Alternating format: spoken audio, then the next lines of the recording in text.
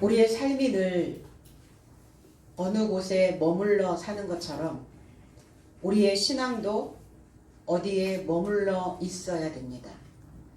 늘 나그네처럼 떠돌이처럼 떠도는 그러한 신앙인들은 결국은 나무도 뿌리를 내리지 못하면 그 잔 바람에도 넘어가는 것처럼 우리의 신앙도 머물러 뿌리를 내리는 곳이 없으면 우리의 그 믿음도 흔들리게 되어진다는 겁니다. 오늘 내 신앙이 머무는 곳이 어디여야 되는지 이 시간 이 말씀을 통해서 다시 한번 새김질 되기를 원합니다. 9절로 11절 나의 삶이 머무는 삶은 파르토스 삶과 메도스 삶과 엘라미테스 삶과 메소포타미아, 유대와 가파도키아, 폰토스와 아시아, 프루기아와 팜빌리아와 에굽토스와 퀴레네를 따르는 리비아 지방 삶과 로마 삶, 유대인 삶, 개종된 삶. 11절 크레스 삶, 아라푸스 삶. 나의 삶이 방언으로 저의 삶이 전하는 하나님의 위대한 삶을 나의 삶이 듣는다. 18개 국이 모였어요. 18개의 나라가 모여서 하나님의 위대한 삶을 나의 삶이 듣는데 나의 삶이 방언으로 나의 언어로 나의 통용어로 하는 소리를 듣고 있다 이렇게 얘기합니다. 그럼 8개 국이 지금 동시다발로 나가는 그런 상황이냐? 지금 여기에 모여있는 자들이 누군가? 말씀을 듣고 신앙 안에서 머물러 있었던 자들이죠. 오늘 그 절기를 지키려고 예루살렘 안에 모여있는 장정된 자들입니다. 타종교에 있는 자들이 아니에요. 하나님을 알고 하나님 안에 머물러 있었던 자들이 절기를 따라서 50번째 날을 기억하고 이날 모여있는 자들이죠. 그럼 이들이 각각 자기의 언어로 자기의 삶에게 전달하는 그 언어를 들었다. 근데 그 전달되어지는 그 언어가 위대한 하나님의 삶이다 이렇게 얘기했어요. 그 위대한 하나님의 삶이 어디에 있다는 거예요? 성경 안에 있다는 겁니다. 그 성경의 메시지를 설교를 듣고 있는 자들의 모습이다. 여러분들이 그렇게 상상하시면 좋을 것 같습니다. 바데인 이렇게 되어 있죠. 개역성경에는 바데인 이 단어가 이제 파르토스라고 하는 단어인데 이 바데인이라고 하는 이 지역은 인도로부터 티그리스 강 사이에 있는 그 지역을 바데인이라고 얘기합니다. 그래서 이 바데인은 로마하고 오랫동안 항쟁을 해왔고 그 거민은 활을 잘 쏘는 그 무예에 능했던 그 곳을 바데인이다 이렇게 활을 잘 쏘는 사람들 그 바데인들이 오늘 예루살렘 안에 머물러 있었더라. 또 메데인 이 메도스라고 하는 이 단어의 의미는 헤아림이라는 단어예요. 헤아리다. 헤아림을 받았겠죠.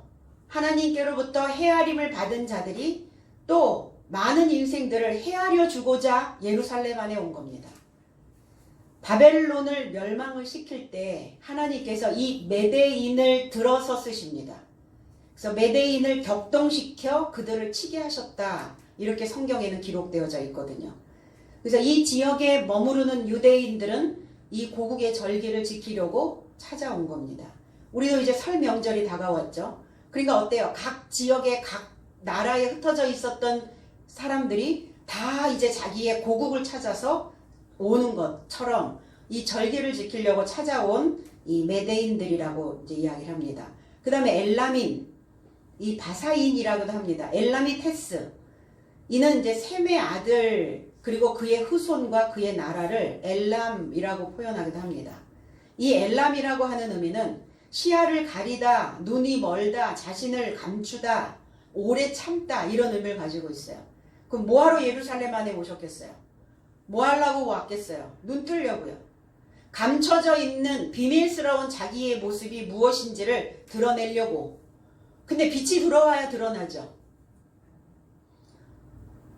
그래서 엘라민, 메소포타미아 이렇게 되어 있죠. 티그리스 강과 유브라데 강 중간에 위치하고 있습니다. 이 메소포타미아는 굉장히 높은 지역이에요. 그래서 아람 고원이다라는 그러한 지명도 가지고 있습니다.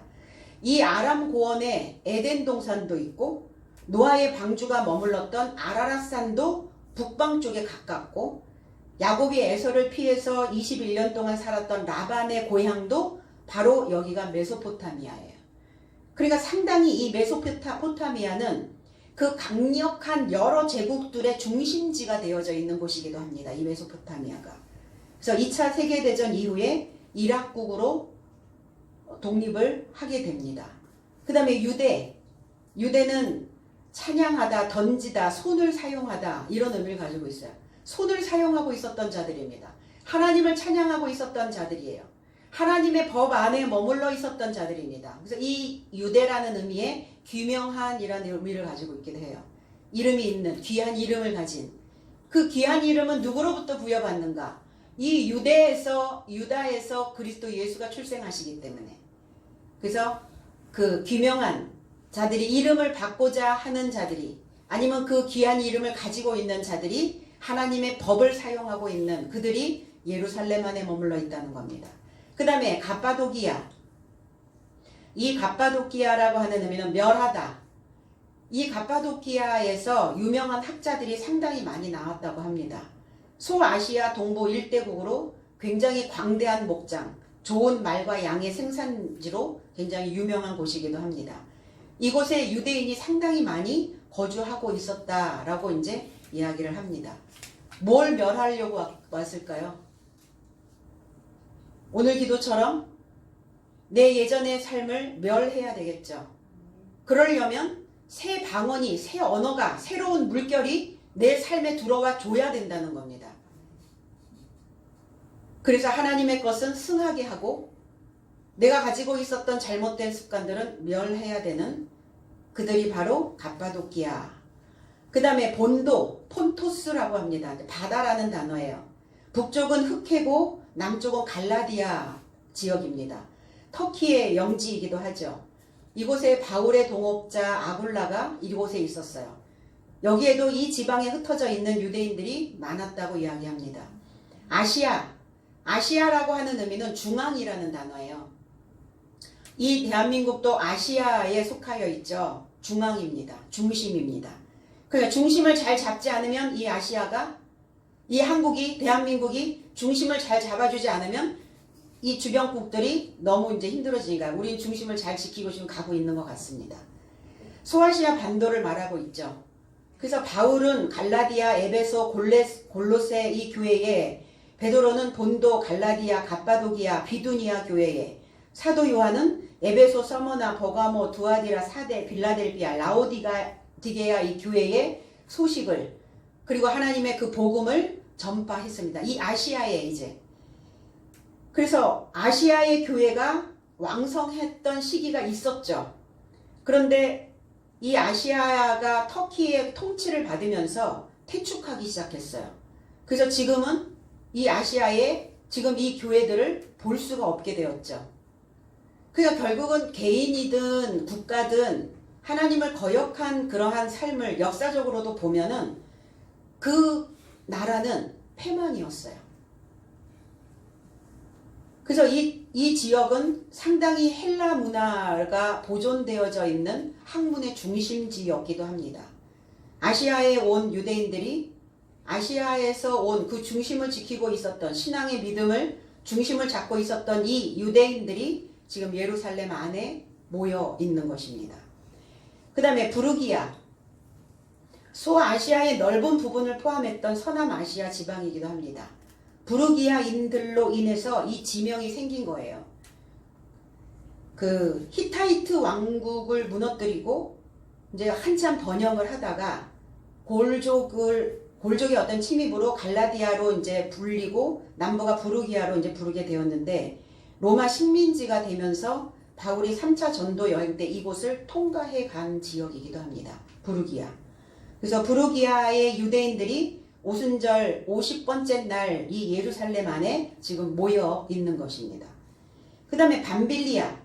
밤빌리아는 잡종이라는 뜻이에요. 바울은 1차 전도 여행 중에 이 지역을 방문을 했고 또 이곳의 수도 버가에서 이 복음을 전하기도 합니다. 기독교가 번성한 적이 한 번도 없었던 지역이에요. 이 밤빌리아 지역은. 굉장히 험준한 산이 많고 이곳에 강도가 굉장히 많아서 행인들의 피해가 막대한 지역이었기도 합니다. 그래서 이곳에 거주하는 유대인들이 다수 있었다. 이렇게 얘기를 합니다. 그러니까 이 밤빌리아 지역에 있었던 이 잡종들, 잡스러운 생각을 하고 있는 사람들, 섞여 있는 사람들, 뭔가 생각이 뒤죽박죽, 하나님의 생각으로 통일되지 못하고 있는 자들을 잡종이라고 이야기합니다. 왜 왔겠어요? 왜 왔겠어요?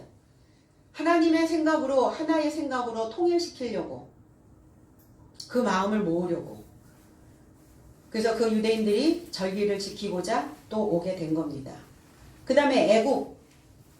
애굽은 검은 땅이라는 의미를 가지고 있어요. 나일강이 젖줄이죠. 고대 문명의 발상지 가운데 하나이기도 합니다. 이 단어는 히브리어에서 미츠라임이라는 단어를 만드는데 이 미츠라임이라고 하는 이 애굽이라는 단어는 에워싸다, 압박받다, 좁은, 그리고 또 동여매다. 선지자들은 이스라엘 백성들에게 상한 갈대 지팡이인 애굽을 의지하지 말라. 그리고 하나님께 의탁하라고 경고를 하고 있습니다. 이사야 31장 31장 3절에는 애굽은 사람이요 신이 아니며 그들의 말들은 육체요 영이 아니라 여호와께서 그의 손을 펴시면 돕는 자도 넘어지며 도움을 받는 자도 엎드려져서 다 함께 멸망하리라 그랬어요. 애굽은 신이 있는 곳이 아니래요. 하나님의 영이 있는 곳이 아니래요. 사람의 생각, 사람의 냄새, 짐승의 생각, 그곳을 애굽이라고 말합니다. 그러니까 하나님의 생각으로 단일화되어져야 되는데 하나님의 생각으로 뻥 뚫려야 되는데 생각이 두 개야. 늘 왔다 갔다 해. 오락가락해. 에워싸여 있어. 뭐가 좁아 터져. 이것이 바로 무엇인가 내 생각들을 자꾸 동여매고 있는 이 상태를 애굽이다 이렇게 말합니다. 애굽의 교육, 애굽의 교훈, 그것을 의지하지 말라는 거예요. 내 교훈을, 나의 본성적 교훈을, 나의 습성적 교훈을, 내가 오랫동안 경험되어져 왔었던 것들을, 내 안에 털을 잡고 있었던 그 많은 사상들을 의지하지 말라는 거예요. 그 생각들이 나를 애워쌀 때 우리는 어디를 가야 됩니까? 우리는 하나님께로 가야 되는 것이죠. 그래서 예루살렘 안에 모인 겁니다. 그 다음에 구레네, 이 퀴레네라고 하는 의미는 담이라는 뜻이에요. 구레네 사람이 시몬 구레네 기억하시죠? 그가 예수의 십자가를 지고 간 사람입니다. 그리고 이 구레네 이 사람이 왜 또 왔겠어요? 담을 허물어야죠. 막힌 담이 무너져야죠. 하나님과 내가 담이 막히면 담이 쌓여지면 무슨 현상이 내 삶에서 일어나는가? 나의 믿음이 요동을 치게 됩니다. 물이 흘러야 되는데 담이 막혀져 있어요. 막아버렸단 말이에요. 댐을 건설해가지고 막아버렸어. 그러니까 썩겠죠. 악취가 나겠죠.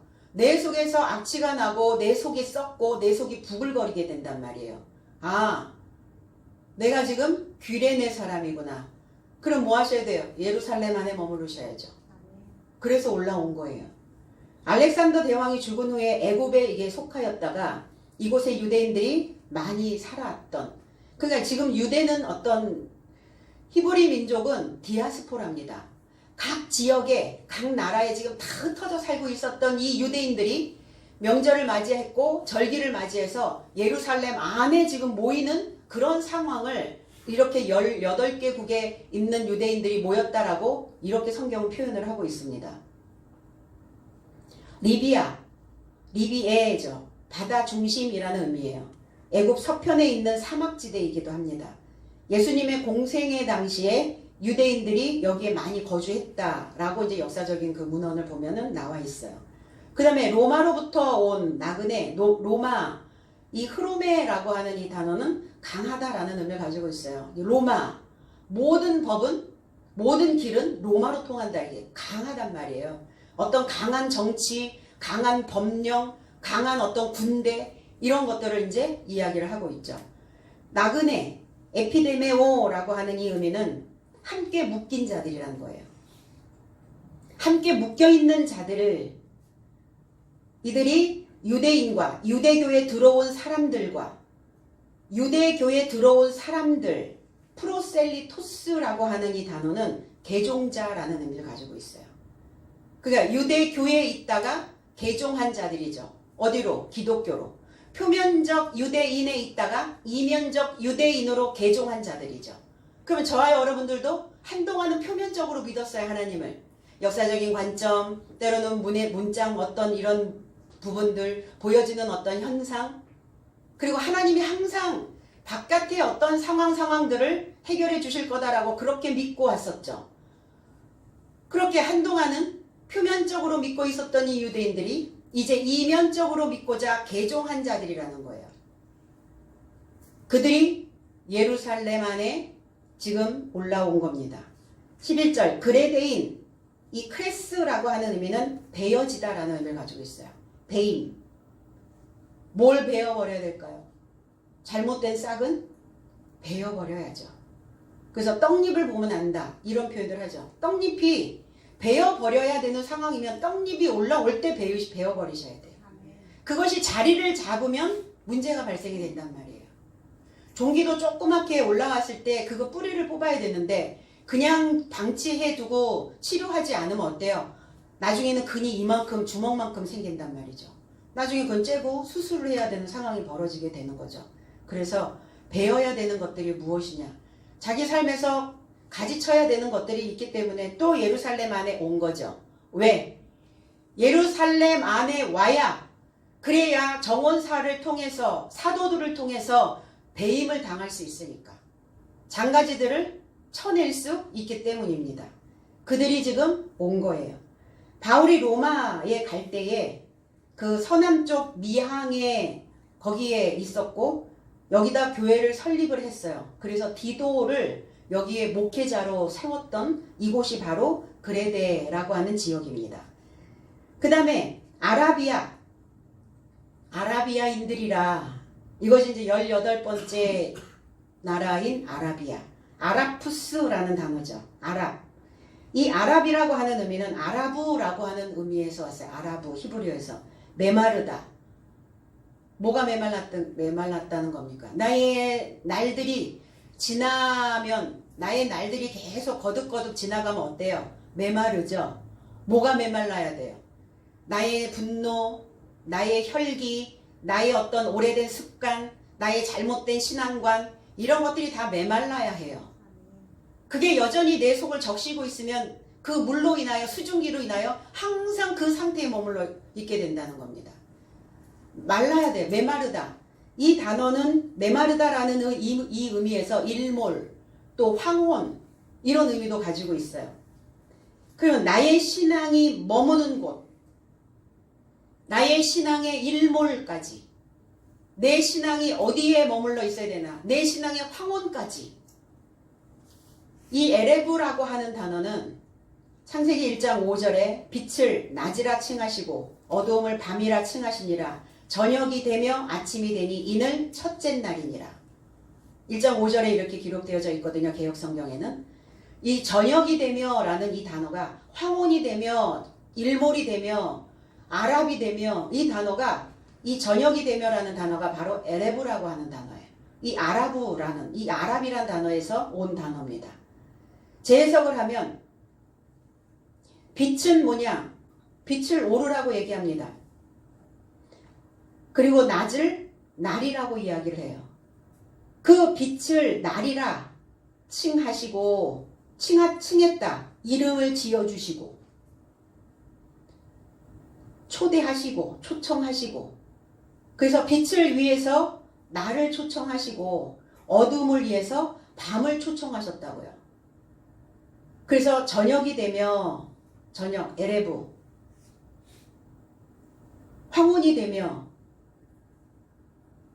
그 다음에 아침이 되며, 저녁이 되고 아침이 됐다는 것. 자, 내 신앙이 황혼이 되었어요. 내 신앙이 머무르는 곳, 일몰이 되었어요. 자, 일몰이 되면 그것으로 우리 인생이 끝나는 거냐? 내 인생이 황혼이 되어지면, 내 인생이 머무르는 곳이 만들어지면 그때서부터 우리는 아침이 돼야 돼요. 이 아침이라고 하는 이 바카르라고 하는 단어는 찾아내다, 갈다, 밭을 갈다 이런 의미를 가지고 있어요. 그럼 황혼이 된 신앙이 머무른 상태에서 이제 그때부터 뭐 해야 되느냐? 우리의 신앙을 갈아야 된다는 거예요. 밭 갈아야 돼요. 갈아엎어야 됩니다. 그래서 이 밭 가는 황소의 이름도 바카르라고 하는 이 단어가 있어요. 아침이 되면 살의 긴 밭을 언제 가려고요? 언제부터 가는 거라고요?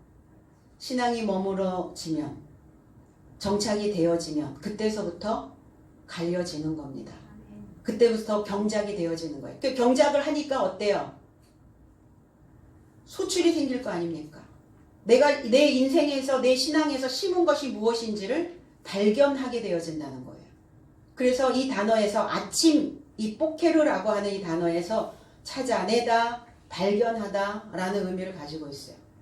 그리고 우리 신앙이 그냥 흘러가는 건 아니죠. 신앙생활을 했다면 반드시 무엇인가 찾아내셔야 되고 발견되어지는 것이 있어야 된다는 겁니다. 그런데 머물러야 해요. 머무르지 않으면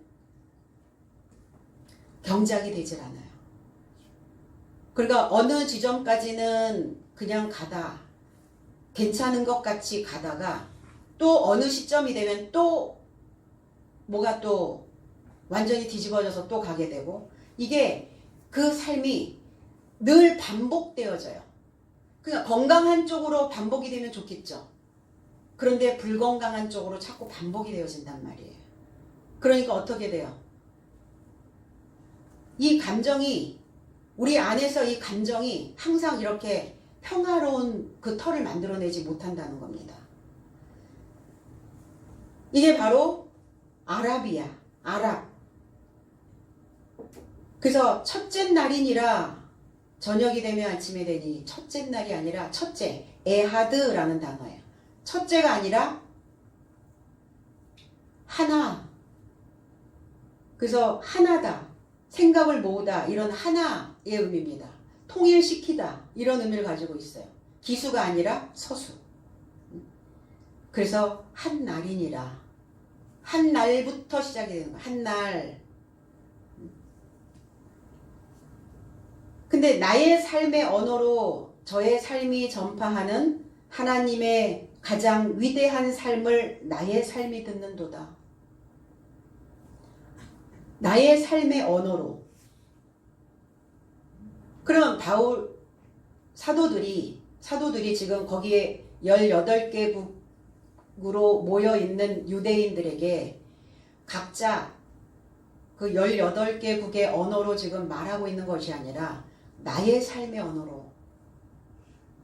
그러니까 어떤 상황이냐 유대인들이 자 이제 표면적으로 믿고 있었던 그들의 신앙이 이면적으로 이제 말씀이 들리기 시작한 거예요. 다 바깥으로 이렇게 내놓아졌었던 이 상황들이 이제 내 상황의 안으로 들어오기 시작한 거예요. 결국 그 말씀을 이해하게 되었고 그 말씀이 깨달아지게 된 거예요. 알아차리게 된 겁니다. 우리는 배워도 그 말씀이 깨달아지지 않으면 모르죠. 한국말을 해도 모국어를 해도 자국어를 해도 못 알아들을 때가 있어요. 어떤 사람은 이렇게 얘기합니다. 목사님 설교가 어려워요. 잘 못 알아듣겠어요. 그러니까 내가 영어를 하는 것도 아니고 일본어를 하는 것도 아니고 그런데 왜 한국어를 하는데 한국 사람이 한국말을 못 알아들을까? 이해되지 않는 거예요. 선생님이 앞에서 아무리 가르쳐도 내가 그 단어를 이해하지 못하면 내가 그 단어의 의미를 깨닫지 못하면 어려워요. 안 들려요. 그런데 지금 하나님의 위대한 가장 큰 그 성경의 메시지가 자기의 언어로 들려지기 시작했다고요. 그래서 각자 통용어로 나와 통하는 언어로 지금 듣고 있다 이렇게 말합니다. 남편과 아내도 부모와 자식도 언어가 다르면 못 알아듣죠. 가슴을 치죠. 내가 한 말을 못 알아듣는 자녀, 내가 한 말을 못 알아듣는 남편, 때로는 아내, 때로는 제자들, 때로는 성도들. 성도들이 또 때로는 목회자에게, 지도자에게 말을 해도 목회자가 들으려고 준비하지 않으면, 귀를 열어놓지 않으면 안 들린단 말이에요. 그래서 전하는 이 복음의 메시지, 이 성경을 해석해서 색다른 언어로 전혀 다른 메시지로 그렇게 메시지를 전하는 그 설교가 해석되기 시작했고 깨달아지기 시작한 거예요. 이제 비로소. 왜? 이들의 신앙이 아라부가 됐거든요. 이들의 신앙이 예루살렘 안에 머무는 그 신앙이 되어졌기 때문입니다. 주님도 가르치실 때 많은 사람들이 그랬어요. 그 내용이 어렵도다. 그 말씀이 어렵도다 이랬거든요. 그 어려운 거예요. 무슨 말을 하는지 모르겠다라고 이렇게 얘기했어요. 들으려고 해야 들려요. 그냥 들리는 게 아니죠. 들으려고 노력해야 그 소리의 의미가 무엇인지를 내가 깨닫고자, 이해하고자, 내가 그 말씀 안에 머물고자 그 간절함이 있을 때 들리기 시작합니다. 왜 안 들릴까요? 온통 너무나 많은 것들이 내 속에 둥둥 떠다니고 있는 거예요. 버려야 될 것들을 버리지 못하고 배설해야 될 것들을 배설하지 못하기 때문에 그래요. 내 생각으로 꽉 차서 그 지면에 틈이 하나도 없는 거예요. 흩어져 있는 이 18개국에서 온 이들이 흩어져 있는 유대적 삶이고 3번의 절기가 있죠.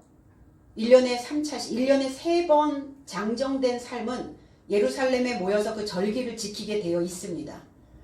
그런데 두 번째 절기란 말이에요. 지금 맥주절, 칠칠절, 초막절. 첫 번째 절기는요. 6월절이죠. 6월절. 그 다음에 오순절.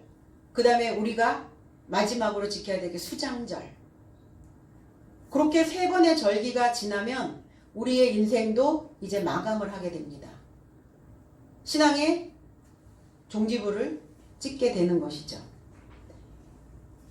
예루살렘 평화의 터죠. 평화의 가르침이 있는 곳.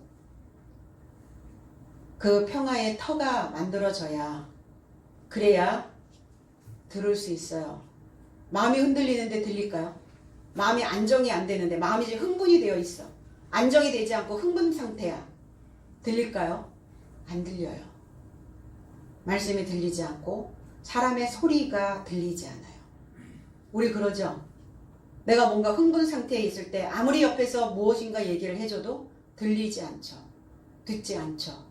그러니까 그때는 주님도 그냥 침묵하고 계시는 거예요. 아무 소리도 할 수 없는 거예요. 뭐 할 때까지?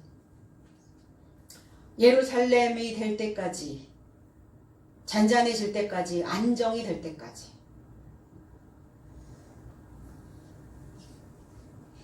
이제 3번째 수장절까지는 또 어느 정도 기간이 있죠. 그 기간까지 또 이들은 부지런히 하나님의 말씀을 이면적으로, 나의 내면으로, 나의 삶으로, 나의 사역으로 그거를 끌어당기기 위한 그 전쟁을 치르게 될 겁니다.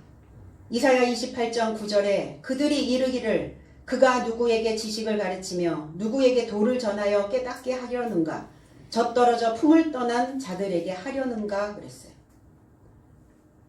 누구에게 지식을, 누구에게 하나님의 메시지를 가르칠 것이냐, 누구에게 이것을 확인시킬 것이냐, 누구에게 하나님 자신을 드러낼 것이냐. 하나님은 지식을 통해서 드러나신다는 것을 우리는 알아야 돼요. 하나님 어떻게 나타납니까? 환상으로 나타나요? 꿈에서 나타납니까? 비몽사몽간에 나타납니까? 하나님은 지식을 통해서 나타나시는 거예요. 근데 내가 듣고 있는 그 지식을 깨달아야지 나타나요. 알아차려야 해요. 그리고 그 지식을 가르치며 왜 가르칩니까? 통할 수 있도록 소통하려고. 내가 가지고 있는 그 지식을 왜 상대에게 줍니까? 그 지식과 지식이 소통할 수 있도록, 통할 수 있도록. 그리고 그 도가 이 쉐무아라고 하는 이 단어는 듣게 된 어떤 것. 우리 뉴스 맨날 아침마다 뉴스 듣죠. 듣는 것, 소식, 이걸 의미하고 있어요. 그 소식을 전하여 깨닫게 하려는가? 누구에게 전하여서 깨닫게 하려는가? 그래서 깨달아야만, 이해되어져야만, 지적으로 구별할 수 있는 분별, 능력이 있어야만 하나님은 그 지식을 통해서 하나님 됨을 드러내신다는 겁니다. 누구에게? 젖떨어져 품을 떠난 자들에게 하려는가? 이렇게 이사야 선지자는 젖을 그 젖먹는 가슴을 제거한 자들에게, 젖먹이 아이들에게는 아무리 설명을 해도 이해되지 않아요. 그래서 이제 학습이 본격적으로 시작이 돼야만 그 지식이 전달되었을 때 그 지식을 조금 이해하게 돼요. 그러니까 젖을 먹고 있는 그 가슴을 제거한 자들에게 하리라. 제거한 자들이 어떤 자들입니까? 보답하고자 하는 자들. 하나님의 은혜에 보답하고자 하는 자들. 원숭미가 넘치는 자들. 원숙하게 되어진 자들. 누구에게 깨달음으로 그 자신을 나타내서 나와 언어가 통할 수 있도록, 그리고 그 지적으로 구별할 수 있게 하겠는가? 젖먹는 가슴을 제거한 그들이 보답하게 하려는가? 그러니까 우리는 이 젖먹는 가슴을 제거하셔야 해요. 품을 떠나셔야 된다고요. 젖먹는 품을. 내 스스로 항상 나에게 젖을 물리고 있죠. 어린아이처럼 내 원대로, 내 마음대로, 내 생각대로 그게 펼쳐지지 않으면 떼쓰고 굴르고 뒹굴고 소리 지르고 평정심을 잃어버린단 말이에요. 안정을 찾지 못하고 있는 겁니다. 그래서 그 젖먹는 가슴을 제거하고 하나님께 보답하고자 모인 유대인의 삶이 오늘 18개국에 있는 사람들이, 디아스포라로 있었던 자들이 한 곳에 모인 겁니다. 흐레마의 말씀이 깨달아져서 지금 들리고 있는 거예요. 듣고 있는가? 들리십니까? 이게 나에게 주시는 메시지라는 것을, 누구의 얘기도 아니에요. 다 나 자신에게 꽂아주시는 메시지입니다. 누가 들었으면 좋겠고 어떤 사람한테 가는 메시지인 것 같고, 없어요. 그런 거. 다 각자. 오늘 그렇잖아요. 여기 모여있는 이 디아스포라로 있었던 이 유대인들이 그러잖아요. 각자의 통용어로 나에게 주시는 메시지다. 어느 한 사람을 아니죠. 다 각자에게 골고루. 그런데 그 메시지를 내 것으로 받아들이지 않으면 누가 들어야 되고 누구에게 주는 것 같고 누구 말이고 이렇게 들린단 말이에요. 그 말이 당연히 내 메시지인데, 내 건데. 이해되고 깨달아진 거예요. 알게 되어진 거예요. 12절로 13절 모든 삶이 흥분하고 당황하여 서로 말하되 누가 이것이 있기를 원하는가? 13절 그러나 다른 삶은 저의 삶이 새 포도주에 취하였다고 조롱하여 말하더라. 개역성경에는 이 어찐 일인가 이렇게 되어 있죠. 이 어찐 일인가, 이 어찐 이라고 하는 이 단어가 이것이, 그리고 어찐 이는 누가라는 단어예요. 누가 이것이 가능하도록 원하고 있는가? 이 해석된 말씀을 나에게 주시는 메시지라고 각자의 단어로, 각자의 언어로, 각자의 말로 들리는 이것을 누가 가능하도록 원하는가? 이것이 진짜 이렇게 됐으면 좋겠다라고 간절히 누가 원하고 있는가? 누가 원하겠어요? 거기에 모여있는 유대인들이 원하겠어요? 사도들이 원하겠어요? 그리스도 예수가 원하고 계시는 거예요. 주님께서 간절히 원하고 계시는 거예요. 제발 내가 그 한 메시지를, 내가 하는 가르침을, 내가 지금 성경을 풀어주고 있는 그것을 너희들이 각자 깨닫고 각자 이해되어져서 그 해석된 메시지로, 해석된 삶으로, 신앙으로, 사역으로 그렇게 갔으면 좋겠다. 그렇게 되어지기를 원한다. 수백 년 동안 하나님의 이름을 불렀으면서 너희들이 각각 다 다른 언어를 가지고 있다면, 이렇게 너희들이 살고 있는 그 나라의 언어로, 각각의 언어로 그렇게 성경을 이해하려고 한다면, 네가 가지고 있는 그 언어로 성경을 이해하려고 하다 보니까 하나님과 하나 되어지지 못하는, 하나님과 통일되지 못하는, 마음과 마음을 주고받을 수 없는 그런 상황이 벌어졌다는 거예요. 누가 이것이 가능하도록 열망하고 있는가? 이 델로라고 하는 이 단어,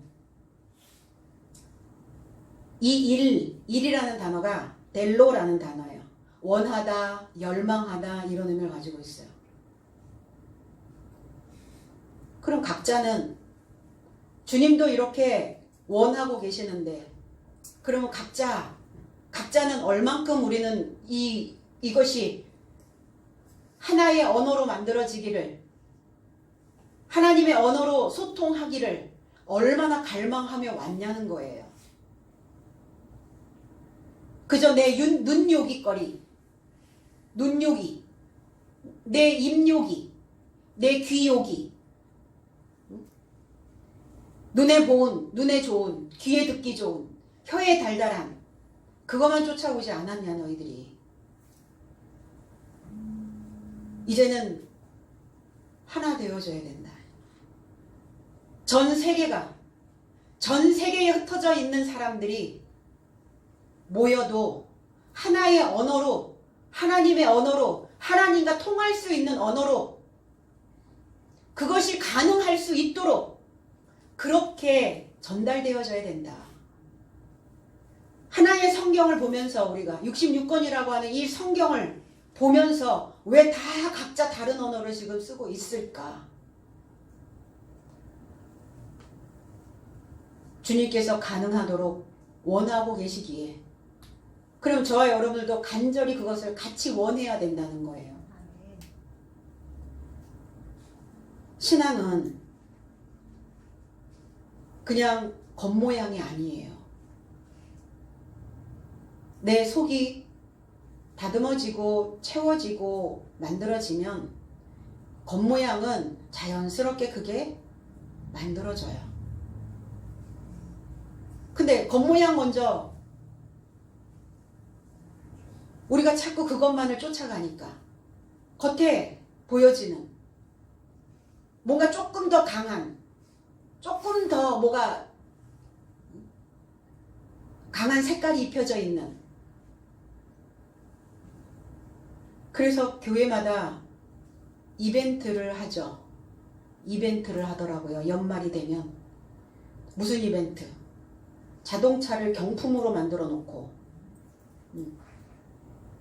1년에 전도를 많이 한 사람, 출석 안 빠지고 한 사람, 뭐 교회의 기여도가 높은 사람 등등 해가지고 선물 대잔치를 하더라고요.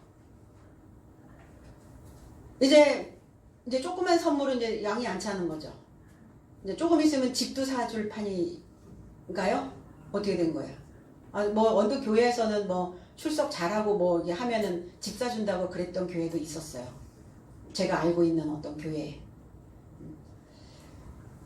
왜 그런 걸 하냐고요, 교회에서. 뭐 때문에? 하나님의 언어만 제대로 가르쳐주면 되는데 그거 외에는 교회에서 할 일이 아니에요. 이벤트 왜 교회에서 해요? 뭐가 조금 부족하니까, 뭐가 역부족이다 생각이 드니까 이거 그 부족한 거 뭔가 좀 채워주고 싶어서 그걸로 채워줄 게 아니거든요, 사실은. 성도들한테는. 하나님이 원하는 것이 무엇인지를 바르게 지도자들은 간파해서 그래서 그 하나님의 언어로 소통할 수 있도록 사실은 그래서 우리가 신앙생활을 하는 거 아닌가요? 궁극적인 목적이 그거 아니에요? 하나님과 소통하려고. 하나님의 음성을 들으려고. 내 안에서 내 소리가 너무나 많이 시끄럽게 들릴 때 하나님의 음성으로 내 그 소리들을 평정시키려고. 그래서 속 시끄럽지 않게 살려고. 그래서 하나님 믿는 거죠. 속이 왜 시끄러워요? 내 소리가 너무 많단 말이야. 어린아이와 같은 소리들이 너무나 많아요. 성장시켜서 그러면 성장되어져야만 하나님의 소리를 담아낼 수 있는 그릇이 만들어져요. 그렇지 않으면 그 위대한 그 웅장한 소리를 담아낼 수가 없어요. 그러니까 성장통이 있겠죠. 근데 사람은 그렇기는 해요. 이런 통증 없이 그냥 스무스하게 인생이 훅 이렇게 완만하게 갔으면 좋겠다. 없어요. 최고의 통치자도 뭐 더 많이 오르락 내리락 하겠죠. 더 많이 휘둘리잖아요. 그건 사람이 살아있는 사람이 아니에요. 통증 없이 그렇게 산다는 것은 죽은 이후에는 성장통 없죠. 살아있는 동안은 올 거예요. 다가오면 아 이게 성장통이구나. 또 하나님의 위대한 소리를 담아내야 되는 상황이구나. 내 속에 속 시끄러운 이 소리들을 이제 다 잘라내야 되고 말려야 되는 상황이구나. 이거를 이런 의미로 끌고 가셔야죠. 이렇게 말씀을 적용시켜야죠. 그래야 이 말씀이 이해되어지고 이 말씀이 깨달아지고 하나님이 원하시는 것이 무엇인지 나를 통해서 하나님 무엇을 하고자 하시는 것인지 그것을 깨닫게 되어진다는 겁니다. 그냥 왔다 그냥 가요? 바람처럼 왔다가 이슬처럼 살 수는 없잖아. 내 삶의 흔적일란 남겨둬야지. 누가 얘기했어요? 조용필. 얼마나 답답하면 그 입을 통해서 그렇게 얘기하는데 못 알아듣냐고요. 2022년 여러분들이 이제 그 슬로건을 하나씩 만드세요. 뭐 하자? 하나님과 소통하자. 하나님과 소통해야 형통할 수 있어요. 우리 만사 형통을 꿈꾸잖아요. 새해 탁 첫날 오니까 막 인사들이 뭐 만사 형통하시고 막 이런 문구들이 많더라고요. 내 속에서 하나님과 불통인데 만사 형통할 수가 없잖아요. 하나님의 언어 부지런히 배우셔가지고 하나님과 소통하시고 나와 관계된 사람들과 소통하는 그런 22년이 됐으면 좋겠습니다. 고린도전서 7장 7절에 나는 모든 사람이 나와 같기를 원하노라. 그러나 각각 하나님께 받은 자기의 은사가 있으니 하나는 이러하고 하나는 저러하니라. 각각 받은 은혜가 이렇든 저렇든 간에 각각 삶을 살아가는 그 사역의 모양이 이런 모양도 있고 저런 모양도 있든지 간에 그럴지라도 하나님께 받았던 그 은혜로 믿음을 지켜내고 있는 바울, 나와 같았으면 좋겠다. 같아지기를 원한다. 나와 같아지기를 원해. 사도 바울은 그렇게 표현하고 계시거든요. 너희가 어떤 모양으로 살든 어떤 모양으로 신앙생활을 하든 그러나 한 가지 생각할 것은 내가 받았던 은혜가 무엇인지를 내가 하나님께 받았던 그 은혜에 어떻게 보답해야 할 것인가를 그래서 나와 같기를 원한다. 적어도 우리가 그렇게 얘기해야 되지 않을까요? 나와 같기를 원해. 내 신앙처럼 그렇게 같아지기를 원해. 나와 같은 사고를 갖기를 원해. 얼마나 자신감 있는 신앙인의 모습입니까? 아, 바울이니까? 사도 바울이니까 특별한 은사를 받아서? 아니죠. 그거는 다 같단 말이에요. 다 사람이란 말이에요. 찔르면 아프고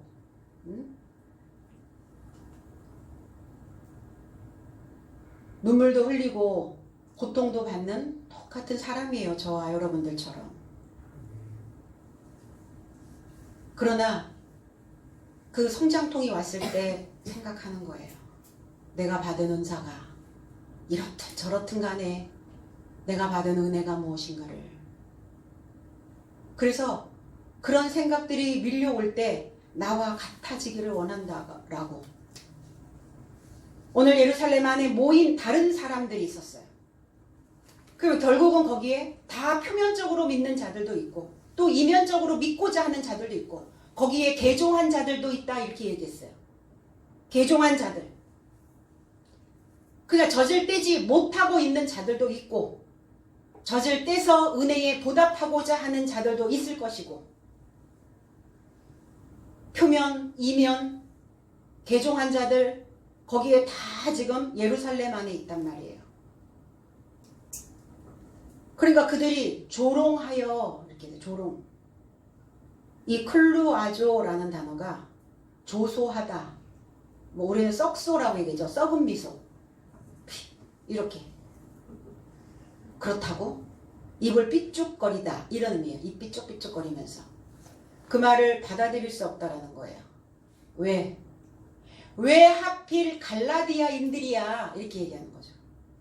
왜 하필 볼품 없는 그들이야? 눈 요깃거리도 좀 있고 귀도 있고 입도 있고 다 그렇게 보암직, 먹음직, 들음직 할 수 있는 그리고 또 보기에도 괜찮은 흠모할 만한 그런 모양에서 그런 메시지가 나왔으면 그렇지라고 믿을 텐데 볼품 사나운 그런 지역에서 그런 이방 지역에서 거기에서 무슨 귀한 것이 선한 것이 나오겠냐? 전혀 그런 것이 없어. 왜 그 지역에 사는 사람들이야 하필이면 그런 낙후된 지역에서 무시하는 거죠. 조롱하다. 입을 삐죽거리다. 입을 삐죽거리는 사람들은 그 속이 지나갈 수 없는 간격으로 살고 있는 자들이에요. 예전에 우리 그런 동네가 많았죠. 산동네. 그래갖고 겨우 사람 하나 지나갈 만한 저쪽에서 사람이 오면 벽에 붙어야 되는 것인지 벽에 붙어서 숨 들이마시고 있어요. 그 사람 겨우 지나가든가. 그렇게 살고 있단 말이에요. 늘 입을 삐죽거리는 사람들은. 넓혀지지 않으면 늘 조롱하는 자, 입을 삐죽거리며 살게 되어지는 겁니다. 자기밖에 모르는 생각의 찌꺼기들을 배설하지 못하는 자들이 입을 삐죽거리고 대거리를 하고 있는 거예요. 그런데 새 언어거든요. 신조어. 뭐 요즘 신조어 막 말 줄여서 얘기하는 거 막 그게 신조어가 아니라 들어보지 않았던 새 언어. 그 혀가 새로워졌단 말이에요. 그러니까 어때요? 새 술에 취하였다 이렇게 얘기하죠. 새 술. 술은 근데 오래 묵어야 좋지 않나요? 새로운 즙, 발효된 포도주, 신선한 포도주, 금방 짜냈다는 것은 바로 즉석에서 해석해서 주는 거예요. 메시지를 해석해서 주는 거. 오랫동안 우리가 알고 있었던 그 패턴의 메시지가 아니라 그냥 이 문맥, 문장, 이 단어 하나하나 그냥 있는 그대로 그냥 주는 게 아니라 이 단어 속에 있는 내용들을 다 꺼내서 따끈따끈한 거 주는 거예요. 그것을 새 것이라고 말합니다. 히브리어에서 이게 티루시라고 하는 단어예요. 신선하다 이런 의미, 신선한 거. 우리 그러죠? 야, 그 메시지 참 신선하더라. 근데 사람들은 싫은가 봐요. 그 신선한 게 싫은가 봐. 제가 유튜브 하잖아요. 저도 사람인지라 숫자에 자꾸 마음이 왜 이렇게 조회수가 작지? 왜 조회수가 이렇게 늘어나지 않을까? 근데 어느 날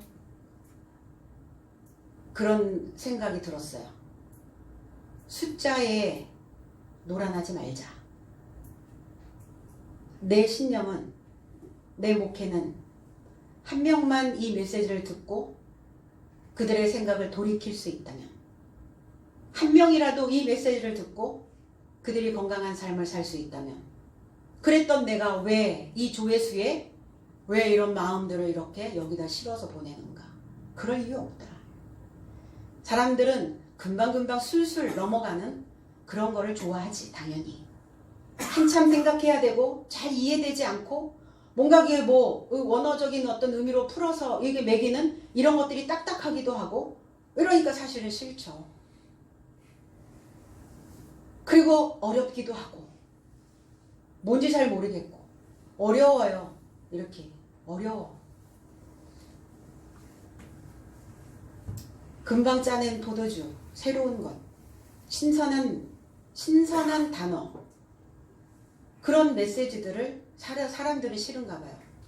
이 성경의 어떤 설교는 그냥 들어왔던 거, 익숙한 거, 그게 좋은가 봐요. 그거에 그냥 아멘 하고 싶은 거죠. 뭔가 이렇게 마음에 흡족함을 줄 수 있는 그런 단어에 아멘 하고 싶은 거예요. 맨날 같은 타령이면 싫은데 성경은 그렇지 않나? 이런 생각이 들어요. 아니면 그들의 사고가 멈췄나? 너무나 이 생각을 저어주지 않다 보니까 그냥 그렇게 물들어서 그렇게 그냥 염색되어져서 이거에는 하나도 마음을 두지 않고 있는가? 보여지는 그 어떤 것들, 이런 거에만 매달려 있는가? 이런 생각도 한편으로는 해봤습니다. 잠언서 3장 9절로 10절에 내 재물과 내 소산물의 처음 익은 열매로 여호와를 공경하라. 그리하면 내 창고가 가득히 차고 내 포도즙 틀에 새 포도즙이 넘치리라 그랬어요. 새 포도즙, 지혜와 명철한 지식입니다. 새로운 개념의 성경 해석이 새 포도주예요. 이 교훈에 취해야 된다는 거예요. 알아들을 수 없는 말을 하니까 그 다른 이들은, 젖을 떼지 못한 어린아이적 표면적으로 믿고 있는 그들은 쟤들이 새 술에 취했어, 술 취한 사람들이야, 이렇게 표현을 하고 있는 거죠. 취하였다. 우리 다 취해서 온 거죠. 취했다라고 하는 이 의미는 가득 채우다라는 의미를 가지고 있어요. 새로운 교훈이 내 속에 가득 채워졌어요. 그 술이 내 속을 채웠어요.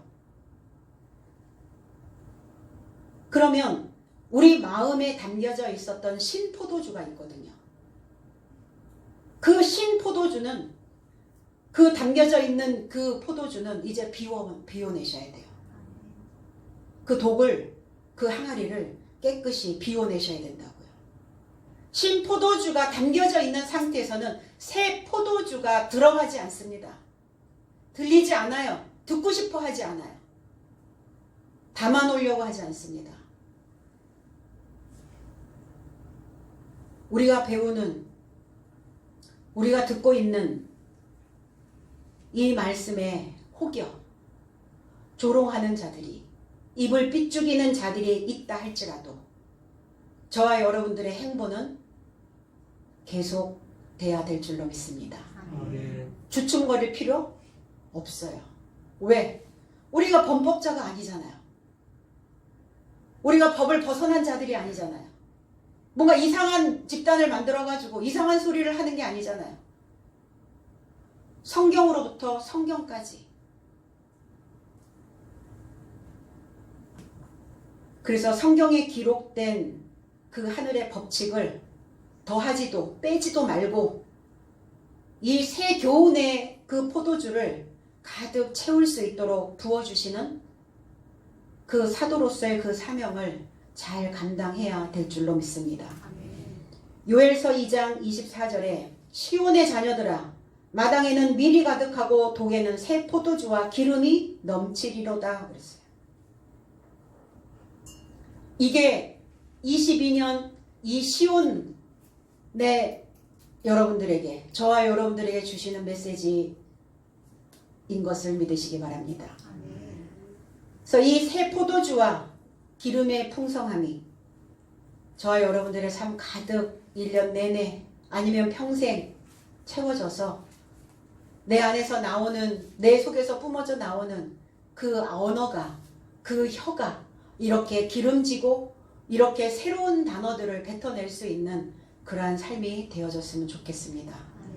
이렇게 풍성한 설 명절로 여러분들이 기름진 그 날들을 잘 보내시고 건강한 모습으로 만나기를 주님의 이름으로 축복합니다. 기도하겠습니다.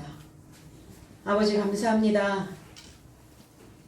오늘 아버지 우리에게 주시는 이 메시지를 통해서 나의 신앙이 어디에 머물러 있는지 탐색할 수 있도록 인도하여 주시고 우리의 마음이 활짝 열려서 하나님의 새 포도주를 담아낼 수 있는 그 새 포도주가 나의 삶에 가득 채워질 수 있도록 주님께서 늘 능력으로 덧입혀 주시옵소서.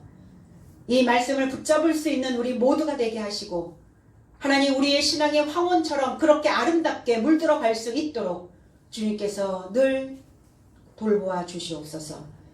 나를 만나는 많은 사람들에게, 내 주변에 있는 사람들에게 하나님의 능력의 말씀을 전할 수 있도록 그 입을 열게 하시고 이제 우리의 혀를 잘 연마하여서 그들을 살려낼 수 있는 새 언어가, 새 방언이, 새 교훈이 우리의 삶 속에서 나갈 수 있도록 주님께서 인도하여 주시옵소서. 감사드리며 예수 그리스도의 이름으로 기도하옵나이다.